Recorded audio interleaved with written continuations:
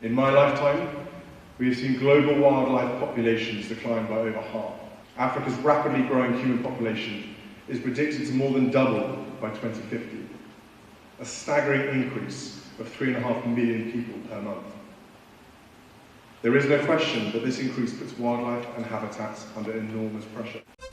Alert! The number of babies born in America last year falling to a 32-year low. Yes, about 3.79 million babies were born in 2018. That's a 2% drop from a year ago. David, what they did is they looked at the data from 1950 to 2017. Basically, in 1950, your average woman was having 4.7 children.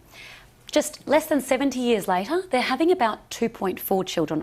Birth rates in the USA have dropped to their lowest annual levels in 3 decades, falling for nearly every group of women, and part of a longer decline that dates back to the Great Recession.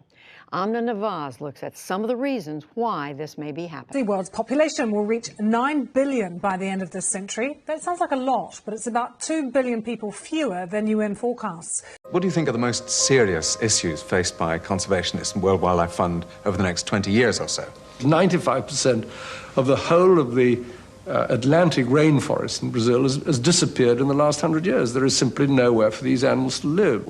At the basis of it all is this colossal increase in the human population. It's one of the living species of the planet, but it's reaching plague proportions. I'm worried about the birth rate, which you alluded to earlier.